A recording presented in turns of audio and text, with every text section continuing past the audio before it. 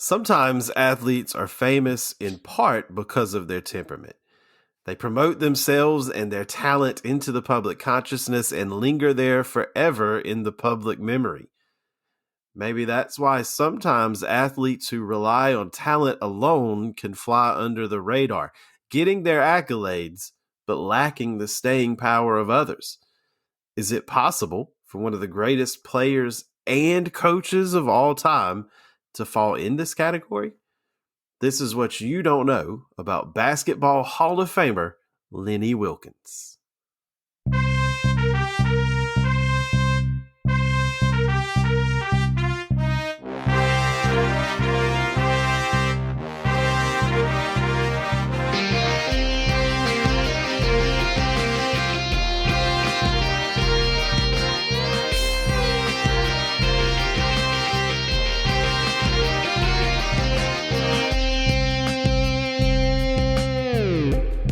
Welcome to What You Don't Know About Sports, where we delve into the forgotten stories, teams, and athletes of sports history and question widely held takes on today's sports. I'm Matt, and this is Blake. Hello, everyone. And today we've got a story of one of the greatest coaches and players of all time. And you don't have to take our word for that. We'll get to some of his voted on accolades later. But before we get there, Blake, would you rather, as a sports figure, be someone with long-ranging consistency or temporary elite greatness? It's like a bright flash in the pan or a longevity of just good. For me personally, I would rather have long-ranging consistency. For some people, like I'm imagining like Jeremy Lin's of the world, or someone else who showed up one day, did something, and that's what they're remembered for. Like the one time, like remember when Isaiah Thomas Jr., baby Isaiah, was like showing out for the Celtics, and now he's not even in the league. Like, what did he gain from that? What did he gain from that flash in the pan thing? I would rather be like, of course, Tim Duncan is like, is both in a way, but like the consistency winning a title in what 3 different decades. I mean, that's impressive. Or like Jeter and Rivera, or like they were elite greatness, not temporarily, but they did it over a long period of time. I would rather be consistently good for a long period of time. Now, if you're not one of the greatest to do your sport of all time, then maybe you do hope for like a Linsanity moment. You just go off for a month, and now there's documentaries about you, and you're a hero all over the world or whatever. Like maybe that was your ceiling. That was probably his ceiling in the NBA, was to like, I don't even think he's in the NBA anymore. He was recently, but I don't think he is right now. But you just don't, I don't know. I would rather not be remembered for being the one-time great. I would rather be consistently average as a pro sports athlete. Yeah, I want the long career. Like if I'm picking blind, like I don't know if I win a title either way. Like I could be a all NBA first teamer twice, or I could be a all-star game coaches selection to just a rotational player for 15 years. Like if I don't know the championship situation, I would pick the one that gives me the most opportunities to play and play well and win. So I would lean towards consistency. Now, if I know I'm going to have 2 really good years and we're going to win a championship in one of them, maybe that changes versus not winning at all in a longer career. But I do think long range consistency, a Robert Horry type career, would be the one I would take over a Linsanity type career, or in other sports where you see people show up, pop off, and then they're gone. I would rather have the longer career is the better one. Obviously, there's exceptions where people play 15, 16, 17 years and don't win Dan Marino. Sure. But but I don't know. I agree with you. I think consistency, just being around, being one of the top players, top 50% of players, even over a long period of time, is impressive. Yeah.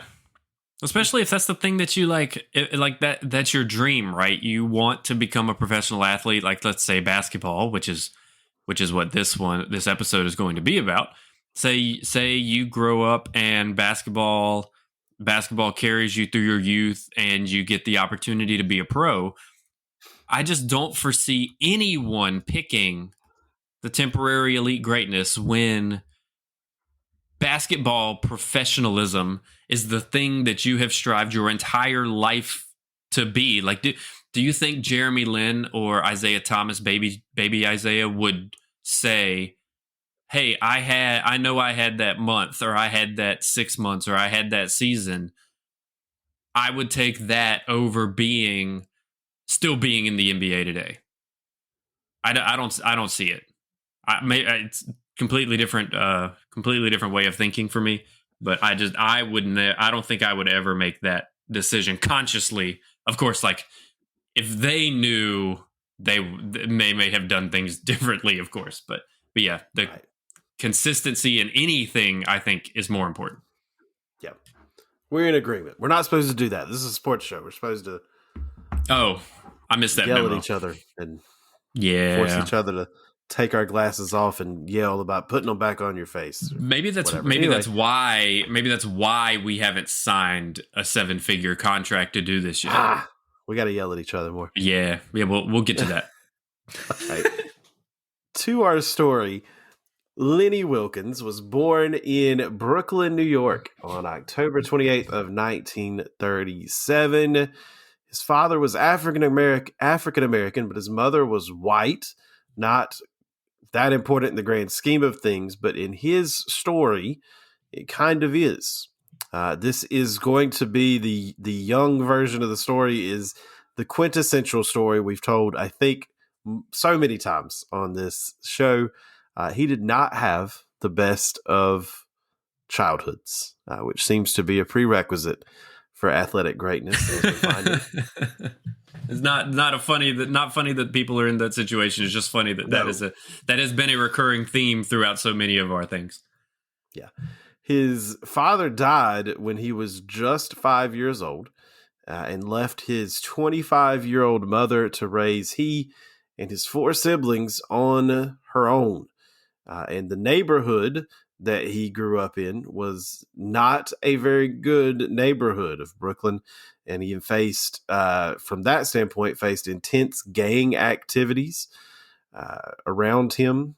He talked about in one of his memoirs having gangs show up and somebody just happens to divert attention away from him, or they realize that he's got a cousin in the gang, or he just books it and runs home and hopes nobody catches him. He has stories like this from the neighborhood he grew up in. But his mother was a devout Catholic, and because of this, Wilkens would spend much of his youth around the Catholic Church and going to Catholic school, though he did remark, and this could have been a time period situation, but he did remark that there weren't very many people around to take care of the family after his father died, which is sad in this case. And just as an anecdote, I said it was going to be important. He faced discrimination from several different angles in his childhood and throughout his career because he was mixed race. So he was sometimes he was discriminated on because he was considered black. Sometimes it was specifically because he was mixed race. Just a lot of different things that he had to face as a youth, but regardless, not a good childhood, I would say. Yeah, that's tough. Like if you're just being targeted for one reason or another, right? Like that's hard enough. But when it seems like literally no one is on your side, right? Like when you don't have support, like you lost your dad.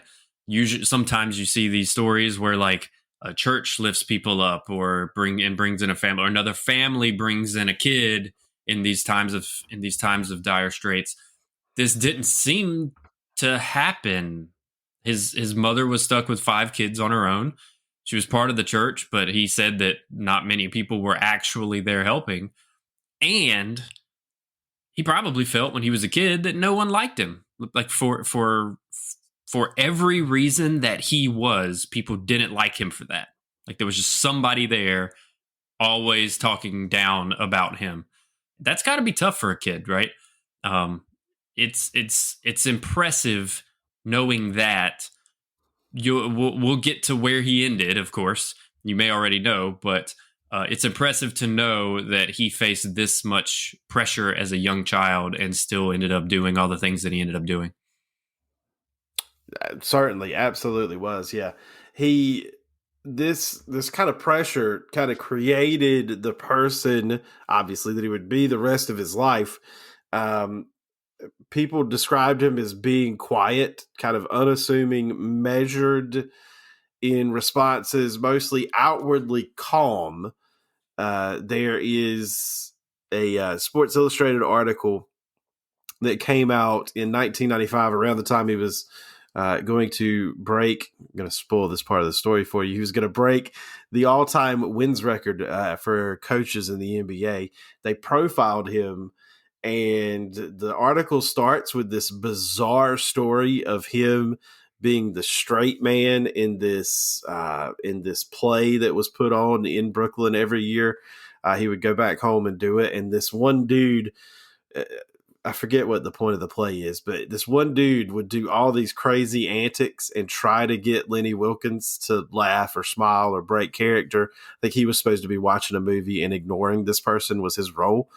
And the guy could never get him to do it. And it just could not get him to break. He was that just stone cold if he wanted to be. Yeah. And then it goes into this long list of former teammates where they were like, do you have a Lenny Wilkens story? Do you have a cool Lenny Wilkens anecdote? Do you have a thing you could tell us for this article? And all of his teammates are just like, no. I don't.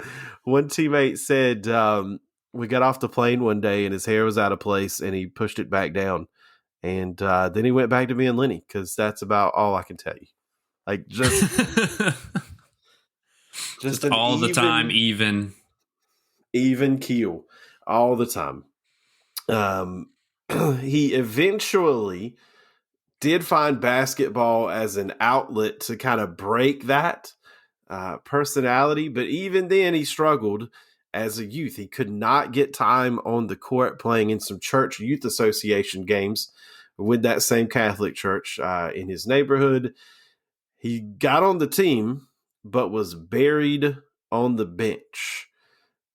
We've seen this in some other athletes. Obviously, most famously, Michael Jordan, got cut from his freshman basketball team. That's supposed to be a thing. But here we got Lenny Wilkens playing youth basketball late in youth. This is not like an 8th or 9th grader doing this. This is like a 10th and 11th grader learning how to play basketball.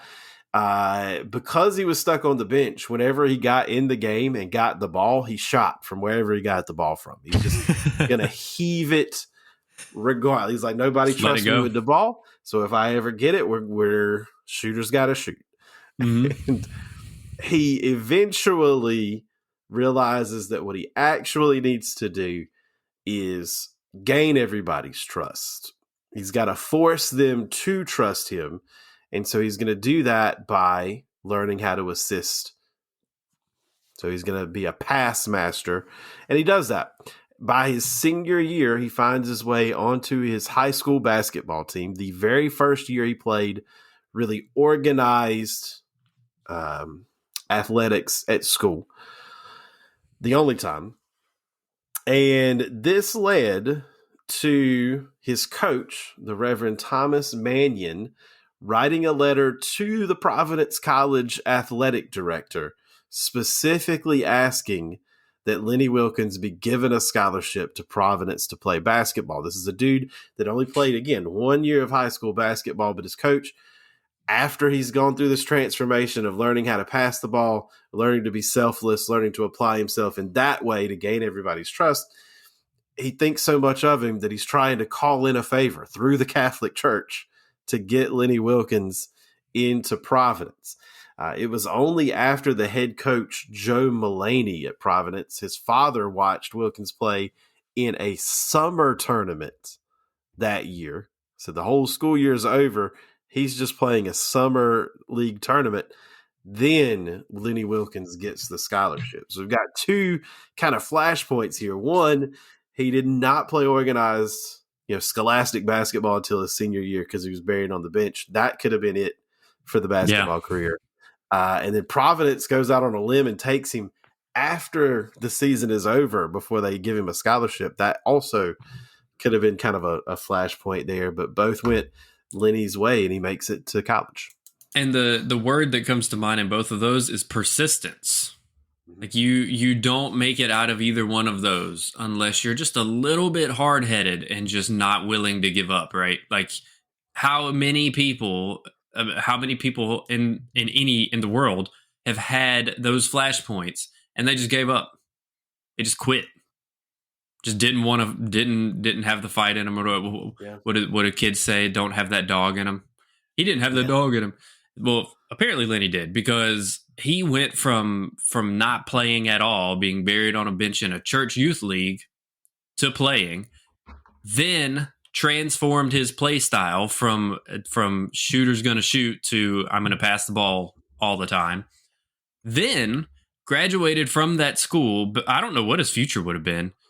Like he was done with school. He was done with school. I doubt he had plans to go to college unless he was going to play basketball. Well, then he's just playing summer league basketball. He's like, I'm still going to make it. I'm still going to do this. And it worked out for him. Mm-hmm. Absolutely. And that is a credit to him for sticking with it. You're absolutely correct. He goes on to Providence College. And as a freshman, remember, this is the time where freshmen were barred from playing. Still stupid. Still not sure. So his JV squad, to illustrate how stupid this was for him, his JV squad went undefeated in all the games they played, and also in a scrimmage against the varsity team, it is said that they beat them, quote, easily against the varsity team. So the freshmen are better than the actual varsity team, in part because they got Lenny. That goes a long way at this point. Maybe we should have put that rule to bed before they did. Anyway, by his junior season, the Friars, that's the Providence nickname if you didn't know, now you do. Friars, that's a good one for it's a good one. Church. Underrated. Yeah, underrated nickname. Better than Padres, I feel like, because that's just father. San Diego dads. Friar better. By his junior season, the Friars were in the NIT, which we've discussed on this show prior, which at the time was equal / better / on its way to being on the way out by this point. But the NIT is still a respectable event, especially in the Northeast. And they made it by his junior season. They made the semifinals of that tournament, and Lenny Wilkens made All-American for the first time in his career. His senior year, they were playing the 20th ranked St. Joe's. I can't remember their nickname. Oh, no. Are they the Eagles? That doesn't sound right. That feels wrong. Oh, no. Blake's going to look it up. Anyway, the St. Joe's was in the top 20. Providence trailed St. Joe's by 3 with about 1 minute left. And in that last minute, the Wilkens delivered 3 consecutive steals. 3 consecutive possessions down the court. Wilkens stole the ball, scored 4 points on those 3 steals to win the game, 64-63, giving the Friars their first ever top 20 ranking in program history. So not only is he good, he's also clutch. I mean, that is right. 3 steals, 2 baskets, last minute. Hard to beat that. They go to the NIT again, and they lose the final. And this is important. They lose the final, but Wilkens played so well in the NIT that the tournament MVP was Lenny Wilkens of the team who lost the final, not anybody from the winning team, which is always kind of a high barrier to meet. Like you didn't win, you're still the MVP. Very, very high. That never happens. Yeah. Did you figure out who St. Joseph's was? They're the Hawks. Oh, it's a You were bird. That close. counts, You were right? close. Yeah, you were close, but it's the Hawks. Ah, man. Okay, I'll do better next time. So, Do better.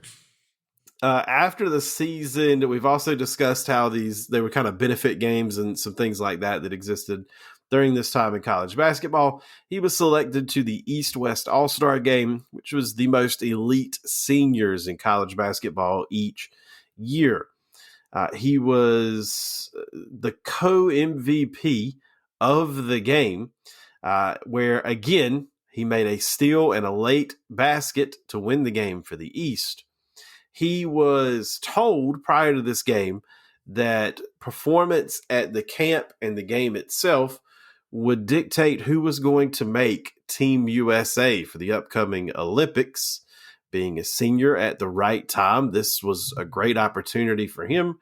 But when he arrived at the camp, he noticed several players doing a photo shoot, and he asked what they were doing, and he was told that those were the players going to the Olympics. So the decision had already been made, and Wilkens still showed off to be the co-MVP of the East-West game. So now we have a kind of an anecdote there that shows that he was good. He was clutch, and he also had a little bit of that chip on your shoulder, I'm going to show you if you don't believe me, kind of mindset. The part of the reason he was left off of this Olympic team, despite being a 2-time All-American by the time it was selected, is that the AAU and the NCAA were still arguing over who should be in control of amateur basketball in the country, and they had come to a compromise that the Olympic team would be made up of 8 NCAA players and 4 AAU players, and also 1 player from the military, which was a service academy, so still an NCAA player. And Wilkens and John Havlicek were among those left out. For guard spots, he was beaten out by Jerry West and Oscar Robertson, so it's not like Scrubs took his spot.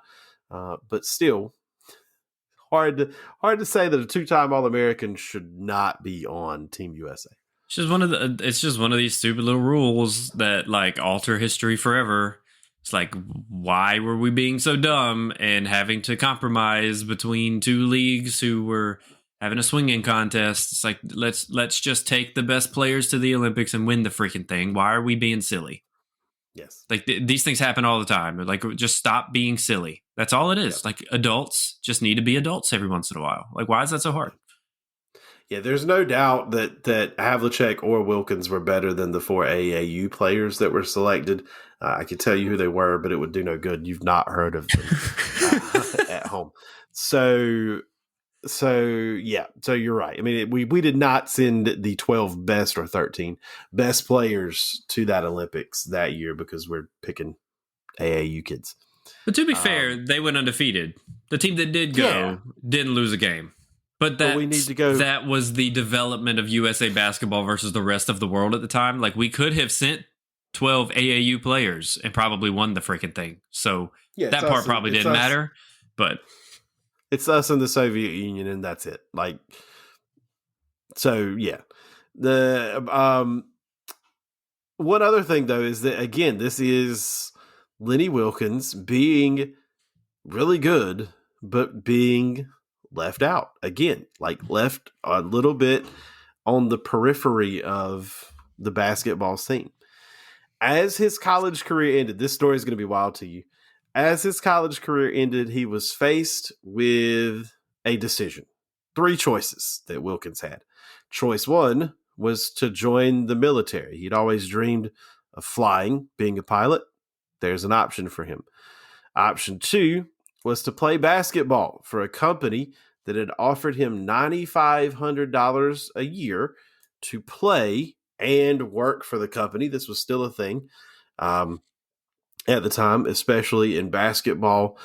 Companies owning their own teams, doing local things, going barnstorm and things like that to generate extra revenue. And then his third choice was to join the NBA, where he had just been selected by the St. Louis Hawks. The reason this is a choice is because remember that at this point, the NBA is just 13 years old when Wilkens was selected, And one of the seminal moments in the NBA's history, the rivalry between Bill Russell and Wilt Chamberlain, that's just 1 year old. He's drafted the year after Wilt's rookie season. So these great players, these great coaches, these great moments that we know of about the NBA, we're not there yet. We're still in the infancy of the league. So it's a choice for Lenny Wilkens. And that is where we're going to pause for everybody's favorite segment, Trivia. Dun, dun, dun. I love this one. This one's really good. So as I just said, Lenny Wilkens was drafted. Your version of good and mine in this situation might not be the same good, but go ahead. Lenny, you always get them, though, so this is great. Lenny Wilkens was drafted by the St. Louis Hawks, who we now know as the Atlanta Hawks. But obviously Atlanta not their native home. Neither was St. Louis. The team actually started and went through 3 different cities on its way to St. Louis. And so my question to you, God. you don't have to give the place and the name, although if you get the place quick enough, we'll get the name, because they didn't even start off as the Hawks. Oh, Can you tell me where the Atlanta Hawks franchise originated? Like the very, very first edition. Yes. Season 1 of the Atlanta Hawks. When was it? They first played in 1946 in what was known as the National Basketball League. So if they played in the first season in 1946, it's got to be on the East Coast. Yes. Because it was no further than like St. Louis at the time, I would imagine. They would have been moving west. To get to St. Louis. Yeah, so they were East Coast somewhere. Let's see. I don't know. I know basically nothing about the NBL, so I don't know if that's going to help. Well, it only existed 4 or 3 seasons before it merged with the Basketball Association of America, I believe is the precursor. Yeah, BAA. And that formed the NBA that we know now. Okay, so does this city have any current professional sports teams? Or does it have a current professional NBA team? No, there's no NBA team there, but it does have an NHL team and an NFL team. NHL and NFL. Mm-hmm. So northeast-ish. I don't know why I just went northeast with that.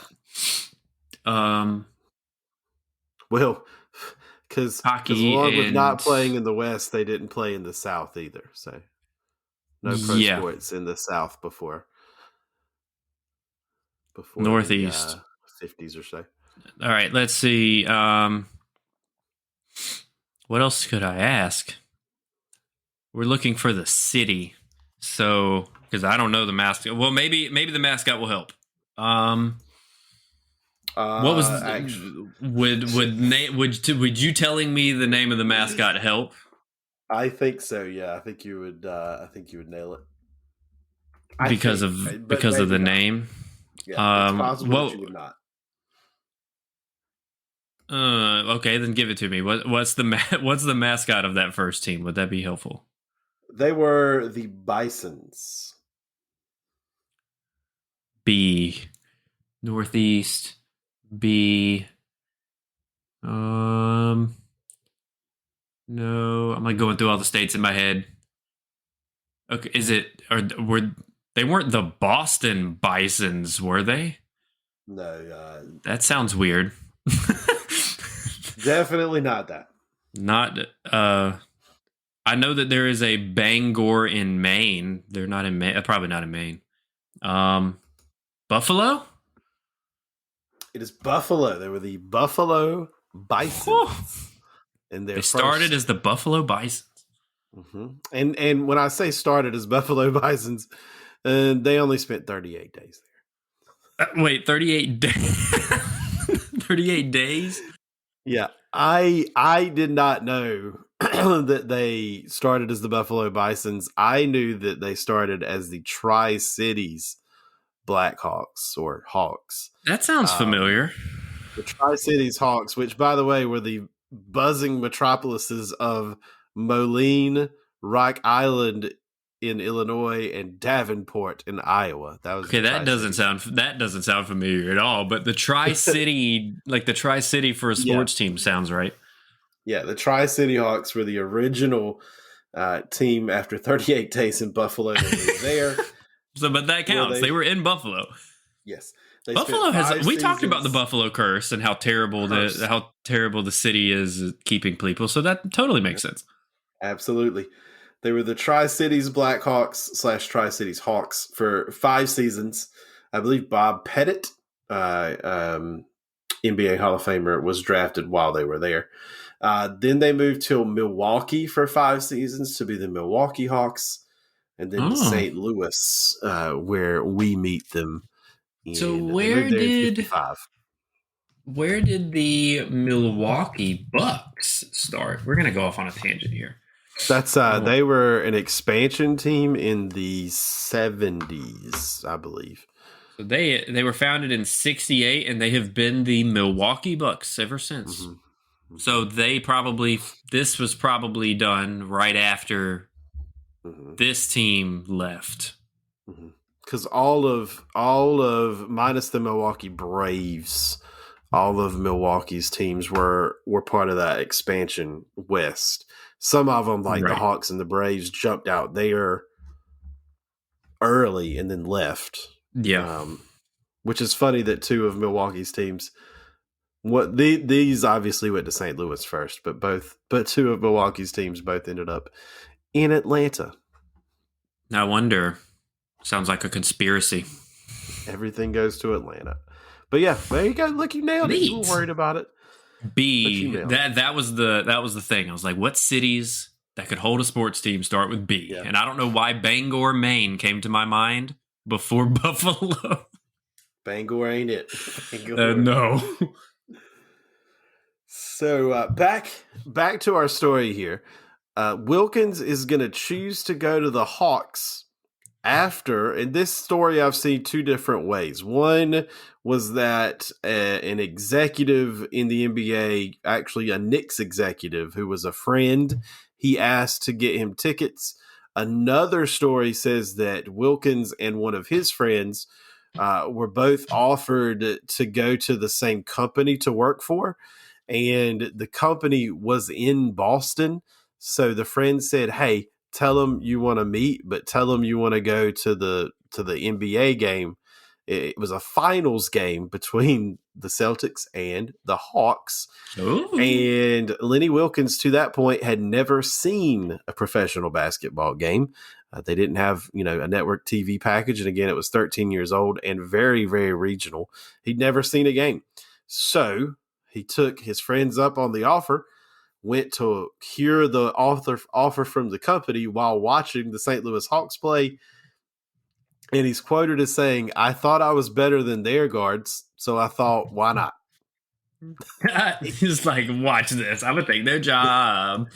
They struggled against the Celtics, so he said, I could do that. I mean, look at them. They're terrible.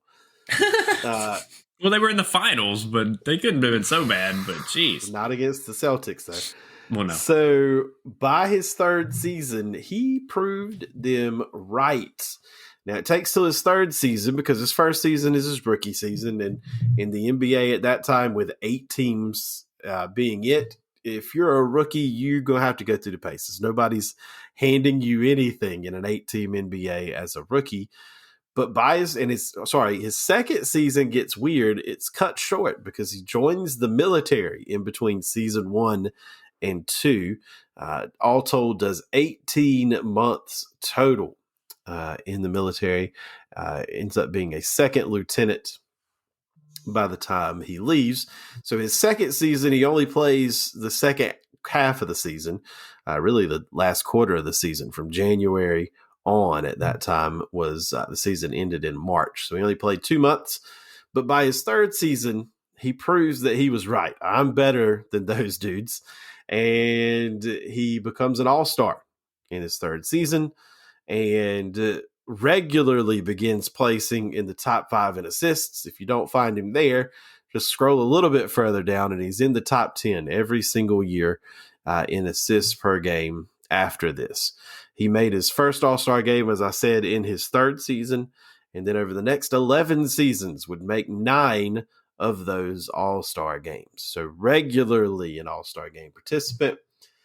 He leads St. Louis to a few 50-win seasons, which would be a recurring thing in his career. He participates in 1 NBA Finals, and he was second in MVP voting to Wilt Chamberlain in 1968. So that should have been the trivia question. Good Lord. Who finished second? Yeah.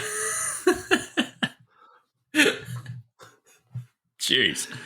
And if you're gonna finish second, remember this is the seminal moment I was talking about, Russell and Wilt. So to finish second, and Oscar Robertson was kicking around too. Him and Wilkens are essentially contemporaries. Started and ended at the same time. So to be anywhere near the top of the MVP voting means you had a good season. Because I mean it does anyway, but in this year you had to be playing well, because that would be interesting to know. Guys were all kicking around. Because just look at the top 3 for that time period, and just how many times it's like looking at this completely not basketball related, but it's like this is what it reminded me of. It was like looking at like the Ballon d'Or results over the last 20 years and realizing that Ronaldo and Messi have dominated the award since like 2005, 2010. Yeah, over and over. And just like both of those or one of those are in the top 3 for the last 15, 20 years. I would be willing to bet that MVP voting was the same way between like Russell, Robertson, Chamberlain. Like all of them were always there. Yes, easily there. By his 4th season, he had taken on an executive role in the NBA Players Association. At the time, many players were scared of this. There's a Red Scare component to that. And then there's also just in general, you don't want to be the player going against management in these negotiations, because it was easy to bench a dude, send a dude off, collude and not sign somebody when there was only 8 to 10 collusion. When there were only 8 to 12 teams in the NBA, that was the thing. Players were worried about being their team rep or being in that executive structure. Wilkens, partly because of that personality from his upbringing, don't care. We'll do what's right. And if you got a problem, I'll just whatever. Fine. Prove you wrong. This did prove eventually to be an issue for him. When his contract was expiring with the Hawks, the team was sold from St. Louis to an owner in Atlanta at the same time. The previous owner told the new owner to lowball Wilkens because he was a problem. He was moody. I'm putting that in air quotes because he wasn't necessarily those things. He was because he wasn't even in reserves. And he said lowball him because he'll sign it. He won't want to get into a fight. You lowball him, and that'll be the end of it. And Wilkens did not sign it, refused to do it. He said, "This is what I am worth." And the owner refused to budge. And so he was traded, and not just traded anywhere. Could have gone to any team in the NBA. They traded him to Seattle, who would be beginning their 3rd season in the NBA, an expansion team. It's bad enough to play for an expansion team, period. Playing for an expansion team when there are only 12 teams to 16 teams as it was growing, no bueno. That must have felt like being sent to Mars. Like all the other teams are on the East Coast, and you're like, let's send him as far away as humanly possible. I mean, they literally did that. That must have been miserable for anybody who had to go out there at the time, because there were very few West Coast teams, and everybody else was on the East Coast. And so at that point, like, you are out there. You are Yeah. all alone. That's got to be terrible. And you would think, but he turns it into a good thing. He really made a home for himself, a kind of a second home in Seattle, partly because it is just a beautiful place. And a couple places remarked about how he viewed, like even in a kid from a poor area of Brooklyn, he moves to Seattle and he sees there even the poor areas have trees and grass and it looks nice, even though it may not be the nicest place. He kind of fell in love with the city, and he's actually in Seattle named a player coach. He asked when being named a player coach if he was sure they wanted to do that, and management replied that he was coaching the team from the floor anyway. Why not? This was only, and not, I don't know what number exactly he was in this, but there have only been 40 player coaches in NBA history, period. Only 40. So he's one of those. Only 27 of them did it multiple years, which he did. And he actually has the second most years as a player coach in NBA history. The only person with more coached before Wilkens ever joined the NBA in the first place. So he was like a new league kind of situation. He's got the most in NBA history. He's the second most recent player coach in NBA history as well. Here, he started a coaching style that matched his personality and would be his coaching style, and it would serve him well over time. He was calm. He did not show out. He did not get upset. He didn't slam a clipboard down. He wasn't yanking anybody out of the lineup. He wasn't doing the Roy Williams stuff or the Mike Krzyzewski, I'm going to GD everybody around me. Like, none of that happened with Lenny Wilkens. It was just all the same. He may thump the clipboard on his thigh. He may look down at the floor for a second and then look back up. But his whole goal was to not embarrass one player in front of any other player. Keep it, me and you are going to have a talk, but that's it. That works on so many people. It doesn't work on everybody. No. A lot of people would appreciate that, but some people would hate this style, but some people do need that emotion. Now, not necessarily in a negative sense, but to see you get angry or to see you like do whatever, a big emotion, because they feed off of that. That's some people's personalities, is they need to see big emotion to have big emotion. And so this would be good and bad for him throughout his career. But the coaching style matched the personality, and it matched his playing style. He wanted the ball to move. He wanted everybody to share the ball, share shots, take a shot when you're open, that kind of play style. So that's what he was as a coach in Seattle. That's fascinating that he's just like, even as a coach, just always the same, right? Just always even keeled. And again, everybody's personality is different. Everyone takes to teaching different, and like that's that. Like if your way of teaching is screaming in somebody's face, some people take to that, and some people don't.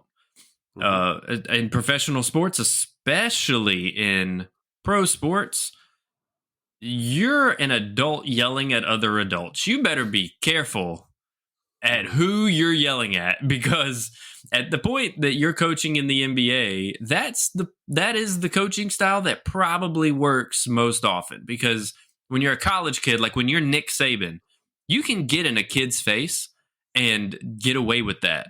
There's a reason he lasted about 2.5 days in the NFL. You're an adult. I'm an adult. You are not going to treat me that way.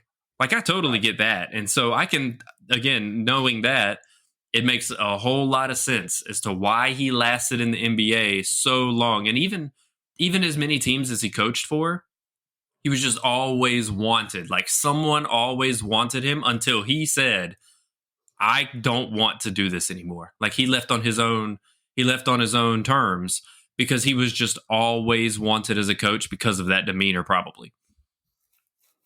Yeah, because I mean, you got to think that it's good, except for the people who see that demeanor and say, "Oh, he doesn't care." He's not Yeah. trying. This doesn't bother him. We lost, and it doesn't bother him. And that's not to say it didn't, because there are plenty of stories about how he was not pleasant to be around for his wife and his kids after losses during his early coaching career. And again, like everything else, he learned from that and just decided he would do his post game duties, and then he went and sat in a room for 10 to 20 minutes, and he calmed down for whatever happened, and then he went out with his family and his friends, and he was a regular person until everybody went to bed, and then he went back and got upset again. Like he learned how to compartmentalize everything, just as he'd been doing his whole life there. Eventually he's going to run afoul of Seattle management, and the Sonics, despite him being a fan favorite and being relatively successful his time as player coach, traded him in 1971 to the wonderful municipality of Cleveland. Believe land, if you will. That couldn't have been a nice place. I'm pretty sure this is the time when like the river was catching on fire in Cleveland too. Like, I don't think this is great. He would make one All-Star game in Cleveland before being traded again to end his career in Portland. It's important to note he was just a player in Cleveland on this first stint. Then he was traded to Portland to finish his career, where he again was a player and coach. In his time as player coach in Portland, he developed the players who would go on to win an NBA title the year after he left. Oh, of course. He was that guy. He brought out a guy named Lionel Hollins, who was a rookie. He gave him lots of responsibility on the team. That grew Hollins as a player to the point where he was very important on the championship team. The other player that he had to develop, and this may blow people's minds when I say the name, he had to develop Bill Walton, who was already having back issues and was very concerned as a scrawny rookie in the NBA, despite the fact we knew he was great in college, and he is a great for what he did in the NBA, the little bit he was able to do. He was self-conscious and was timid. He wasn't sure he belonged. And so it was Lenny Wilkens who gave him some confidence and propped him up. And when Walton was healthy his last year in Portland, the team went something like 14-3 down the stretch when Walton was actually healthy. But overall, they didn't meet expectations, and so Wilkens was let go. Dr. Jack Ramsey got brought in. He used to cover NBA when I was a kid. He got brought in, won the title the next year. So another time where Wilkens is again on the edge, but not in the limelight. A question about Cleveland real quick. Is the reason that they were on fire because Jim Brown had just left? Maybe. I don't know. I think the river was on fire because they dumped oil in it, but because Jim Brown left and they lit it on fire. Because Jim Brown left, but yeah. Speaking of Jim Brown, must have loved the color orange. By the way, I just want to throw that out there because he went to Syracuse also, so like he was just meant. He was just meant for it. I love that. Texas is back. That was our opportunity. Those two oranges better than that one. So moving on. Speaking of burnt orange, burning things. Sorry. Burning things. Yeah, Texas. He goes back to Seattle after retiring as a player. His last year in Portland was his last year playing, but he immediately is rehired in Seattle to be their coach. Goes to the Western Conference final before losing to his Portland team in his first year, and then won a title the next year, his only title as a player or coach in the 78-79 season. The Sonics win it. Again, early success. Everywhere he goes, you're winning 50 games and you're in contention as soon as he gets there. He eventually gets fired, as all coaches do, in 1985. After losing, he did struggle. So they won the title, went to the conference final one year, won the title the next. On the backside of that, they lost into the first round 2 consecutive years. missed the playoffs his last season. The year before that, they only won one playoff series. So it was kind of a stagnant situation. They had a bad year. He gets fired, but he's immediately hired and he goes back to Cleveland. These are the Cleveland teams in the late 80s and early 90s that had Craig Elo, who, while most being remembered looking like he got shot after Jordan hits a shot over him to win Game 6 of the Eastern Conference Finals. Talk about a flop. He was a good player. Those teams also had Brad Daugherty. He goes to Cleveland. They face off against the Bad Boys and Michael Jordan's early championship years while he's in Cleveland. And he wins at the end of his career, again, 50 games he won 3 times in the last 5 years he was in Cleveland. 50 games, 3 out of 5 years.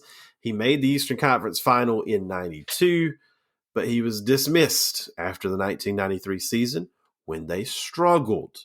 Again, we're seeing a pattern here where Wilkens shows up to a team that's, there's a reason they're looking for a new coach, has immediate success, which I call in the NBA, if you can win 50 games, so 600 win percentage, that is success. It's hard to do that. He does that regularly, and then as that team's run comes to an end, the rebuild starts, and Wilkens is gone, shows up in a new place because after the 1993 season, he is dismissed and goes to Atlanta. His first year there, they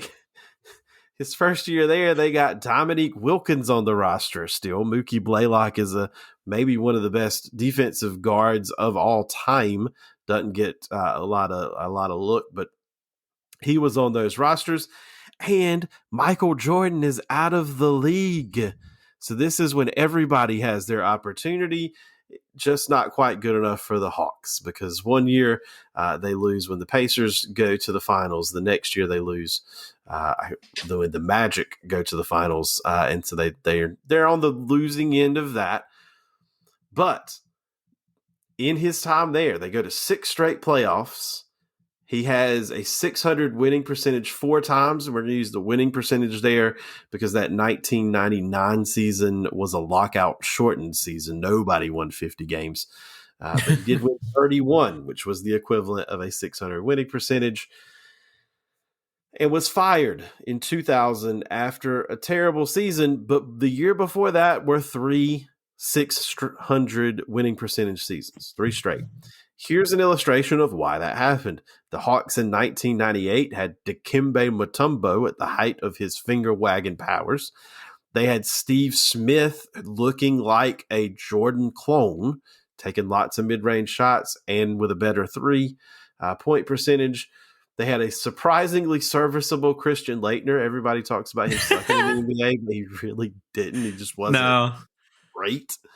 By 2000, the only one of those, they still had Mookie Blaylock, by the way, who, again, one of the best defensive point guards maybe ever. By 2000, the only one that was left was Dikembe Mutombo, and he was well washed by that point. There's no other explanation for why they had a bad year. They were in a rebuild. He was fired and immediately was hired in Toronto, where he took Vince Carter and the Raptors to the Eastern Conference semifinal in 2001. That's the one where in Game 7, Vince Carter decided to graduate from UNC the same day as the game and then missed a shot at the end that would have won the round. He went back to the playoffs in 2002, and then he was fired in 2003. What happened in 2003 with the Toronto Raptors? Vince Carter, one of the best players in the NBA at the time, only played 43 games that year. He Not his fault. Not Lenny's fault. No. Midway through the next season, he again is rehired, this time for the New York Knicks. Took them to the playoffs in 2004 as taken over mid-season. He turns the team around, has a winning record in his part of the year. They go to the playoffs in 2004, but they have a long losing streak in 2005. Why did they have a long losing streak in 2005?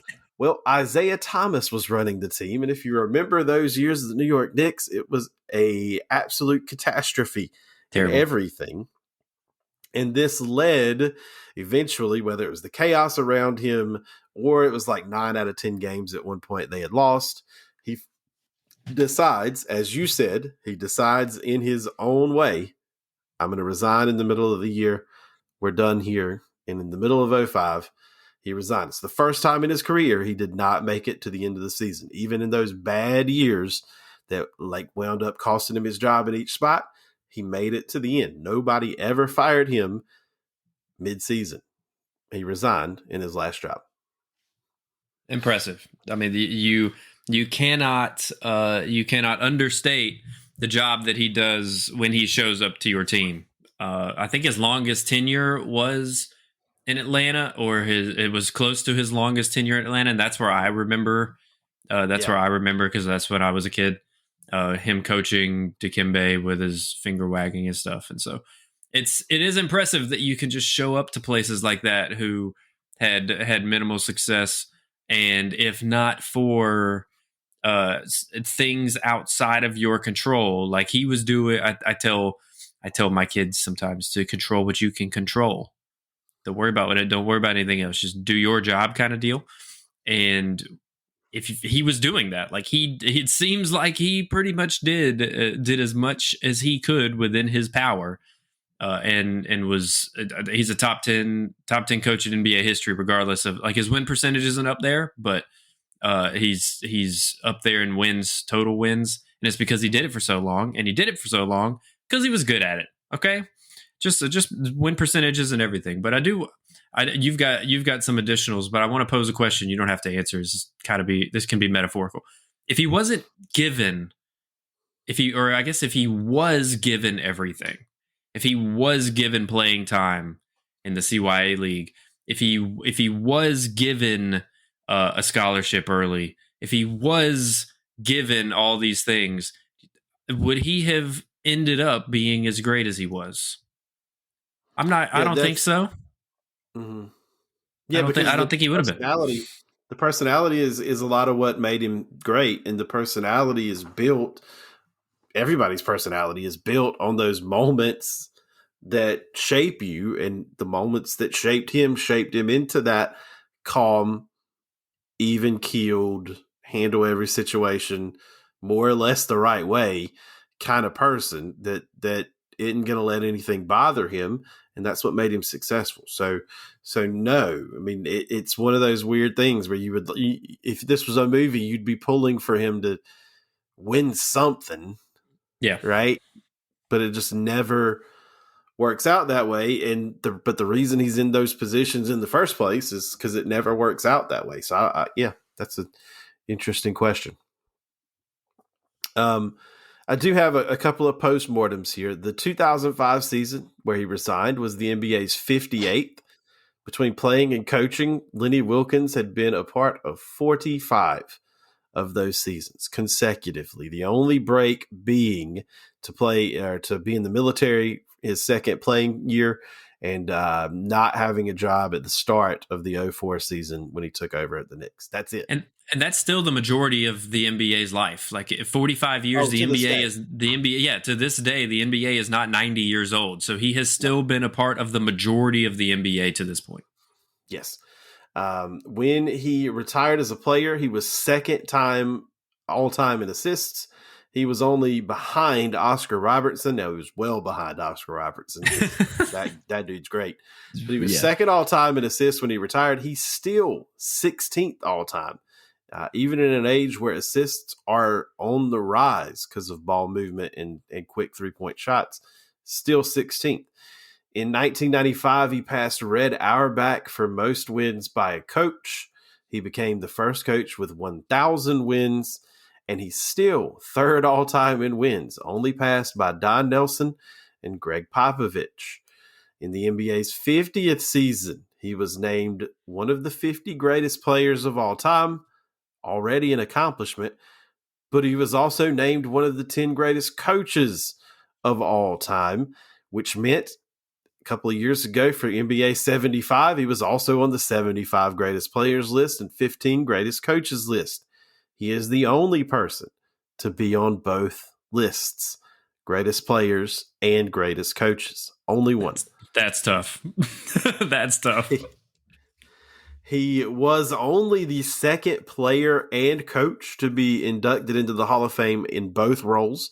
He joined John Wooden in that honor. Just that guy. Just that guy. Yeah. Yeah.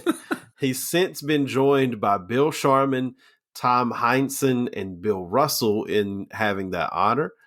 But when we add in the fact that he coached the 1996 Dream Team to the gold medal, he is the only one of those five to win a gold medal as a coach. Russell won one as a player, but John Wooden never coached the Olympic basketball team. We touched on that in an earlier episode. Never. So he's the only guy in the Hall of Fame as a player and a coach to also win the gold medal as a coach. And just that same theme we've been talking about, despite all these accomplishments, his only individual season-end award was when he was Coach of the Year in 1994. That's it. And that's why he's not typically thought of in this manner, right? Like when you made a list, you're going to say Red Auerbach, Phil Jackson.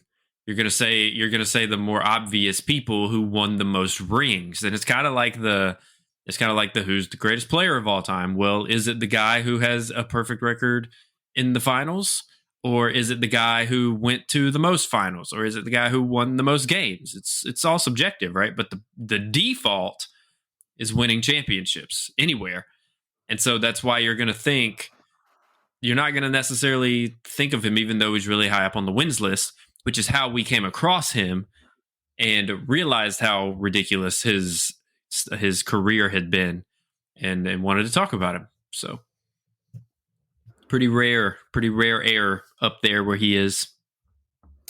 Indeed. And there's something to be said for him taking a team, being successful with a team, and when that team's run is done, he's done.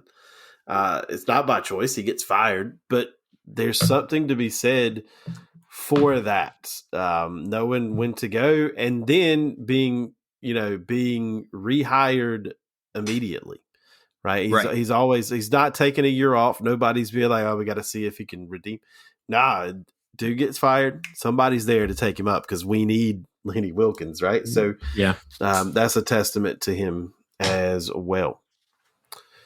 So that's our show for this week. If you got any ideas, hit us up. We'd be glad to do them for you. And until next time, that's what you don't know about Lenny Wilkens. See you later. Bye.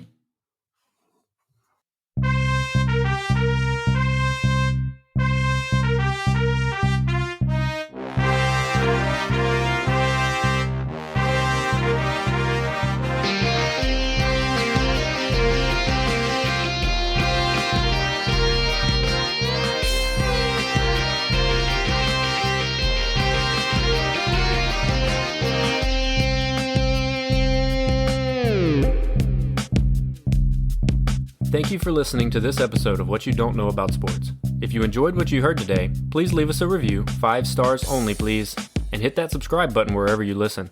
If you have a great sports story, we want to hear about it. You can connect with us on Facebook, Instagram, and Twitter at WYDKAS Podcast, and on our YouTube channel at What You Don't Know About Sports Podcast.